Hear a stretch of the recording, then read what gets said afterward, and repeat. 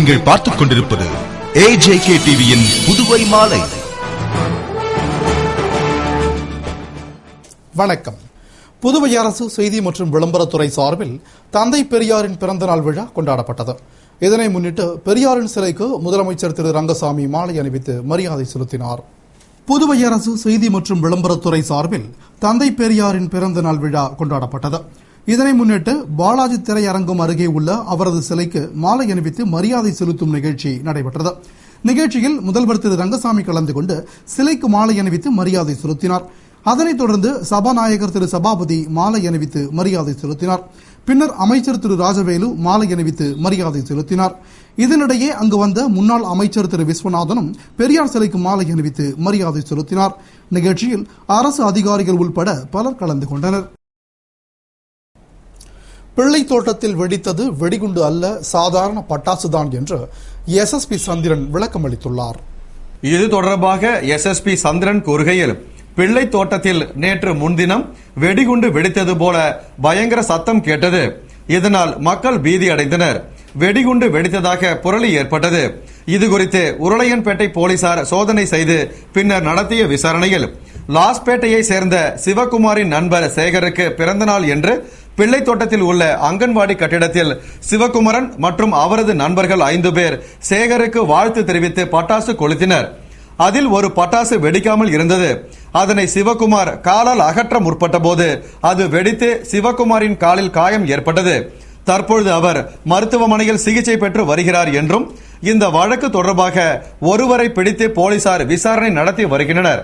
எனவே அங்கு வெடித்தது வெடிகுண்டு அல்ல என்றும் பட்டாசுதான் என்ற அவர் மேலும் கோஷ்டி மோதலில் வெடிகுண்டு வீசப்பட்டதா என்ற கோணத்திலும் போலீசார் விசாரணை நடத்தி வருகிறார்கள் என்று கூறினார். தந்தை பெரியாரின் 133வது பிறந்த நாளை முன்னிட்டு திராவிட முன்னேற்றக் கழக மாநில அமைப்பாளர் திரு ஜானகிராமன் தலைமையில் திராவிட முன்னேற்றக் கழகத்தினர் பெரியார் சிலைக்கு மாலை அணிவித்து மரியாதை செய்தனர். புதுவையில் தந்தை பெரியாரின் 133வது பிறந்தநாள் விழா சிறப்பாக கொண்டாடப்பட்டது. இதனை முன்னிட்டு திமுக மாநில அமைப்பாளர் ஜானகிராமன் தலைமையில் துணை அமைப்பாளர் SP சிவகுமார், இளைஞரணி அமைப்பாளர் சிவா, முன்னாள் சட்டமன்ற உறுப்பினர்கள் MAS சுப்பிரமணியன், ராஜாராம், கென்னடி, திமுக தொகுதி செயலாளர் ஏம்பலம் செல்வம், சந்திரேஷ்குமார், தட்டாஞ்சாவடி இளங்கோ, இளைஞரணி துணை அமைப்பாளர் லோக கணேசன், அரியாங்குப்பம் இளங்கோவன் உள்ளிட்ட திமுக நிர்வாகிகள் பெரியாரின் சிலைக்கு மாலை அணிவித்து மரியாதை செய்தனர். அதேபோன்று பாட்டாளி மக்கள் கட்சி சார்பில் முன்னாள் சட்டமன்ற உறுப்பினரும் பாமக மாநில செயலாளருமான அனந்தராமன் தலைமையில் கட்சி ஆலோசகர் ராமகிருஷ்ண கவுண்டர், வன்னியர் சங்க செயலாளர் ஞானசேகர் உள்ளிட்ட நிர்வாகிகள் மாலை அணிவித்து மரியாதை செய்தனர். அதேபோன்று விடுதலை சிறுத்தைகள் சார்பில் மாநில அமைப்பு செயலாளர் பாவனன் தலைமையில் மாநில செயலாளர் அமுதவன் மற்றும் நிர்வாகிகள் மாலை அணிவித்து மரியாதை செலுத்தினர். அதேபோன்று திராவிடர் கழகம் சார்பில் தலைவர் வீரமணி, செயலாளர் அன்பரசன், கடலூர் மண்டல தலைவர் சம்பந்தம் உள்பட பலர் மாலை அணிவித்தனர். பின்னர் அனைவருக்கும் இனிப்பு வழங்கினர். அதேபோன்று பெரியார் திராவிடர் கழகம் சார்பில் தந்தை பிரியன் தலைமையில் நிர்வாகிகள் மாலை அணிவித்து மரியாதை செய்தனர். தொடர்ந்து பகுஜன் சமாஜ் கட்சி தலைவர் சோமசுந்தரம் தலைமையில் நிர்வாகிகள் மாலை அணிவித்து மரியாதை செலுத்தினர். பின்னர் புதிய நீதி கட்சி சார்பில் பொன்னுரங்கம் தலைமையில் அதன் நிர்வாகிகள் மாலை அணிவித்தனர். அதேபோன்று புரட்சியாளர் அம்பேத்கர் மக்கள் படை சார்பில் அமைப்பாளர் மூர்த்தி தலைமையில் கௌரவ தலைவர் சுவாமிவேல், தலைவர் பாவடராயன் உள்ளிட்ட நிர்வாகிகள் மாலை அணிவித்து மரியாதை செய்தனர். செப்டம்பர் 2011 நடைபெறவுள்ள +2 தனித் தேர்வர்களுக்கு நுழைவுச் சீட்டு வழங்கப்படுகிறது என்று பள்ளிக்கல்வி இணை இயக்குநர் கிருஷ்ணராஜ் கூறியுள்ளார். இது தொடர்பாக பள்ளி கல்வி இணை இயக்குநர் கிருஷ்ணராஜ் கூறுகையில், செப்டம்பர் 2011 நடைபெறவுள்ள +2 தேர்வுக்கு விண்ணப்பித்த தனி தேர்வர்களுக்கு 16ஆம் தேதி முதல் 21ஆம் தேதி வரை வேலை நாட்களில் மட்டும் முதலியார்பேட்டை ஜீவானந்தம் அரசு மேல்நிலைப் பள்ளியில் நுழைவுச் சீட்டு வழங்கப்படும் என்றும், முதன்முறையாக தேர்வு எழுத விண்ணப்பித்தவர்களில் மொழிப்பாடம், ஆங்கிலம், சிறப்பு மொழி எழுதும் தேர்வர்கள் கேட்டல், பேசுதல் திறன் கண்டிப்பாக செய்ய வேண்டும். இவற்றிற்கான செயல்முறை தேர்வின் தேதியை தேர்வர்கள் சம்பந்தப்பட்ட தேர்வு மைய முதன்மை கண்காணிப்பாளரை அணுகி அறிந்து கொள்ள வேண்டும் என்று, மேலும் தேர்வர்கள் தாம் எழுதும் முதல் தேர்வு நாளன்று 30 ரூபாய் தபால் தலை ஒட்டிய சுய விலாசமிட்ட உரையை தேர்வு மையத்தில் ஒப்படைக்க வேண்டும் என்று கூறினார்.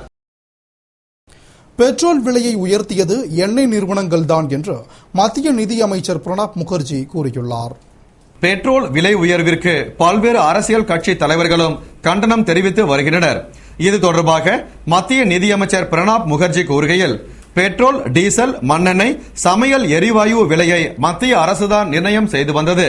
ஆனால் சர்வதேச சந்தையில் கச்சா எண்ணெய் விலைக்கு ஏற்ப பெட்ரோல் விலையை மட்டும் எண்ணெய் நிறுவனங்களே நிர்ணயம் செய்து கொள்ளலாம் என்று மத்திய அரசு கடந்த ஜூன் மாதம் தனது கட்டுப்பாட்டிலிருந்து விடுவித்து எண்ணெய் நிறுவனங்களிடமே ஒப்படைத்தது.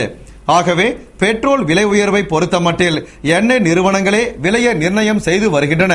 அதன்படி தற்பொழுது எண்ணெய் நிறுவனங்கள் தான் பெட்ரோல் விலையை உயர்த்தியுள்ளன என்று கூறினார்.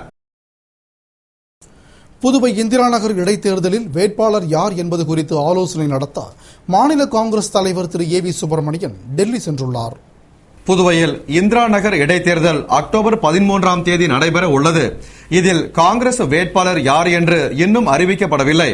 இங்கு காங்கிரஸ் கட்சி சார்பில் கடந்த முறை போட்டியிட்ட ஏ.கே.டி. ஆறுமுகம் மீண்டும் போட்டியிட அதிக வாய்ப்புள்ளது என்று கூறப்படுகிறது.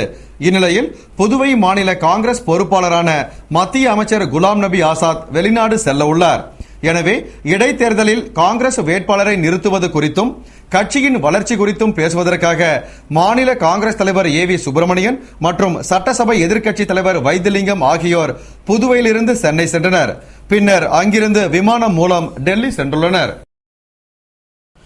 ஆட்சேபனைக்குரிய குறுந்தகவல்கள் குறித்து புகார் செய்யலாம் என்று தேர்தல் துறை தெரிவித்துள்ளது.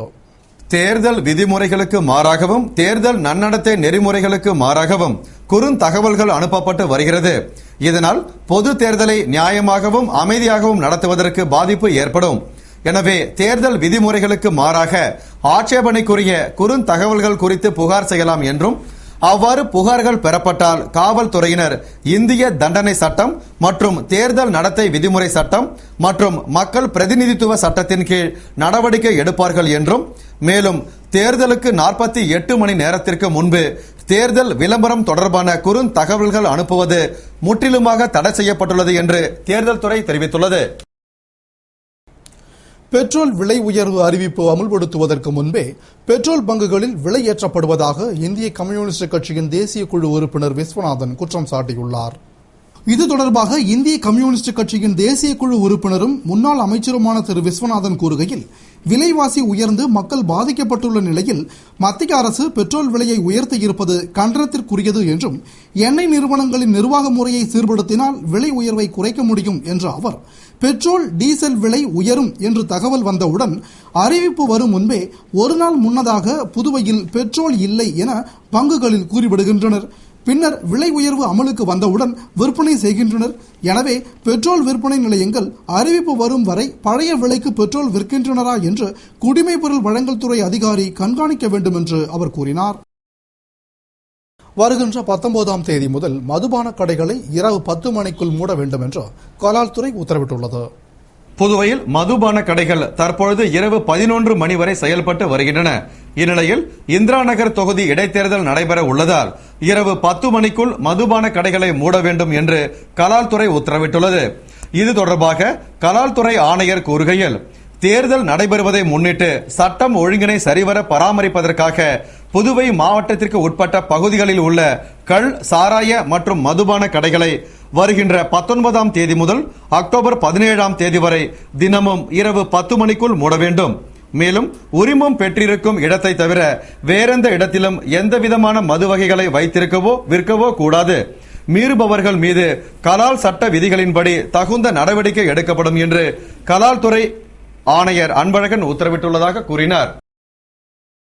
கூட்டணி கட்சிகளின் எதிர்ப்பால் சமையல் கேஸ் சிலிண்டர் விலை உயர்வை மத்திய அரசு தள்ளி வைத்துள்ளது. பெட்ரோல் விலையை இந்த ஆண்டில் மட்டும் லிட்டருக்கு 10 ரூபாய்க்கு மேல் எண்ணெய் நிறுவனங்கள் உயர்த்தியுள்ளன. அதன் தொடர்ச்சியாக சமையல் கேஸ் விலையை உயர்த்த மத்திய அரசு பரிசீலித்து வருகிறது. சமையல் கேஸ் விலையை உயர்த்தவும், கேஸ் சிலிண்டர் வழங்குவதில் ரேஷன் முறை உள்ளிட்ட புதிய கட்டுப்பாடுகளை விதிக்கவும் மத்திய அமைச்சரவை ஆலோசித்து வருகிறது. ஆனால் இதனிடையே மத்திய அரசில் அங்கம் வகிக்கும் பெரிய கூட்டணி கட்சிகளான திரிணாமுல் காங்கிரஸ், திராவிட முன்னேற்றக் கழகம் போன்ற கட்சிகள் கேஸ் விலை உயர்விற்கு கடும் எதிர்ப்பு தெரிவித்துள்ளன. இந்த விலை உயர்வு சாதாரண மக்களை பாதிக்கும் என்று அனைவரும் கருதுவதால் சமையல் கேஸ் சிலிண்டர் விலை உயர்வை மத்திய அரசு தள்ளி வைத்துள்ளது. புதுவை மணக்குள விநாயகர் கோவில் பிரம்மோற்சவத்தை முன்னிட்டு முத்துப்பல்லக்கில் சுவாமி வீதியுலா நடைபெற்றது. புதுவையின் புகழ்பெற்ற கோவிலான ஸ்ரீ மணக்குள விநாயகர் ஆலயத்தில் 55வது ஆண்டு பிரம்மோற்சவம் வெகு சிறப்பாய் நடைபெற்று வருகிறது. அதன் ஒரு அம்சமாக முத்துப்பல்லக்கில் சுவாமி வீதியுலா நடந்தது. இதனை முன்னிட்டு முன்னதாக விநாயகருக்கு சிறப்பு அபிஷேகம், அலங்காரம், ஆராதனையுடன் சிறப்பு வழிபாடுகள் நடந்தது. பின்னர் மலர்களாலும் மின் விளக்குகளாலும் ஆடம்பரமாக அலங்கரிக்கப்பட்ட முத்துப்பல்லக்கில் சுவாமி வீதியுலா நடைபெற்றது. விழாவில் திரளான பக்தர்கள் கலந்து கொண்டு சுவாமி தரிசனம் செய்தனர். விழாவிற்கான ஏற்பாடுகளை ஆரங்காவல் குழுவினர், விழா குழுவினர் மற்றும் பொதுமக்கள் செய்திருந்தனர். இத்துடன் செய்திகள் நிறைவடைந்தன. வணக்கம்.